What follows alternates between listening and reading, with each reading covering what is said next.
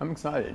It's first World Championships, especially World Championships leading into next year with the Olympics. It's going to be a fun experience, kind of get a feeling of what a bigger championship is. I mean, I've done Europeans, but this is obviously going to be a step up from there, so I'm really excited for it. Just looking at the season, obviously you went full-time in March. Just tell me about that transition and kind of what that's enabled you to do this summer. Yeah, so we went hard in March for indoor Europeans, and then we went into outdoor season. I didn't compete that much, mainly just because it's my first year out of NCAA, so it's more of a learning curve for both me and my coach. And then we've also been trying to peak for this meet. Like, it's going to do me no good if I peak in May or June or something like that. And the main goal is this meet and getting the Olympic standard, and then also getting up as high as I can into the rankings. So the decision to go for that indoor season really hard, that was about 2 peaks basically, was it? Not peaking sort of early in the outdoor, but just tell me about that process. Yeah, so the goal was, we actually didn't know we were going to do European indoors until like a little bit out, just because I'd been away from my coach for a little bit. So then we came in, training was going well, a couple of competitions we did were going well. So I made for a little bit of a peak there because it's so long until, well, now. And then all of outdoor season has been trying to do well, but then also not being as competition experienced as I normally have, because in the NCAA system we're competing every 2 weeks and stuff like that. So I haven't had that kind of preparation, so which is why I spent a month over in England to get a few competitions underneath my belt before hitting British champs. And that was to have like a tiny bit of a peak for there, so that way I could kind of see what form I'm in for long jump in that.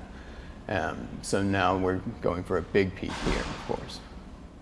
You worked with your coach for a long time, haven't you, Yeah. Stevenson? So tell me about that relationship and kind of that transition to full-time. Has it made it a lot easier actually being so comfortable around each other?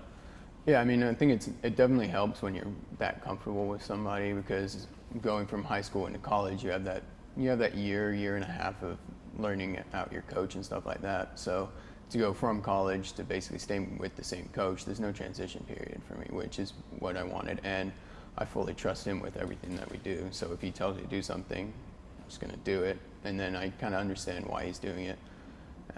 So it's all about the trust with me. You mentioned learning.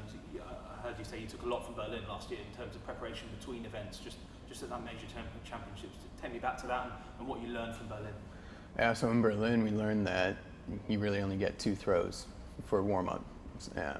So we decided how to be smarter. So I bought a jab ball to warm up in the combined events restroom, make sure my elbow's fully warmed up, and then to do some long run approaches with it, so that way I'm still getting the weight of the throw, warming up the elbow and everything. And also just how to keep myself mentally in the meet without getting mentally drained from it, because those were 2 very long days. And then it showed in Glasgow. I was a little bit more prepared in that one with how to do the long rest and stuff like that. But this meet may actually work more towards my advantage, because it's more just boom, boom, boom, boom, boom, event after event after event, which is what I'm used to, not the long breaks. So it'll play more into like the North American side hands, I feel like, because we're used to that, than Europeans, where they're used to blocking it. So it's going to be interesting to see how it all plays out this year. You mentioned that silver in Glasgow in front of a home crowd. What did that mean to you?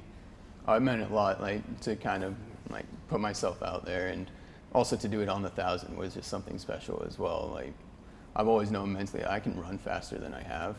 It's just something's just never clicked, and there it did, and it started to feed in. So I'm really looking forward to the whole meet now in this one, because usually it's like you get to the 1,500 kind of dreading it, because you know what's going to happen. I'm not the strongest one there, so you know you're going to drop in all places. But now that's given me the confidence to be like, oh yeah, I can go in with the spot I'm in and potentially still come out with that one. So that was the exciting part about that meet. Fantastic. The week before World Championships, what does that look like for a multi-eventer? I guess you've got a lot to balance. How do you approach it in sort of the days building up?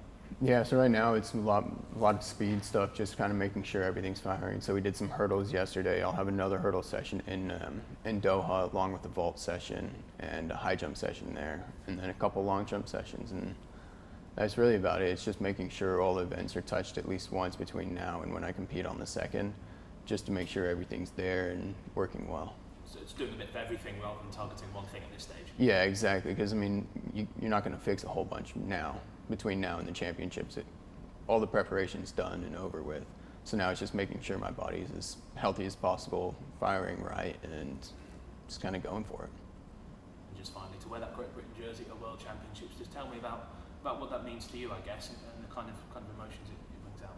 It's a lot of pride. So like a lot of people know that I have dual citizenship between here and the States, but it's a pride thing for why I always wanted to compete for Great Britain, for me, for my parents and my grandparents, because especially when I won silver, to see the joy on both my parents' face and my grandparents' faces, it brings a lot of pride and a lot of happiness to me to be able to give them that.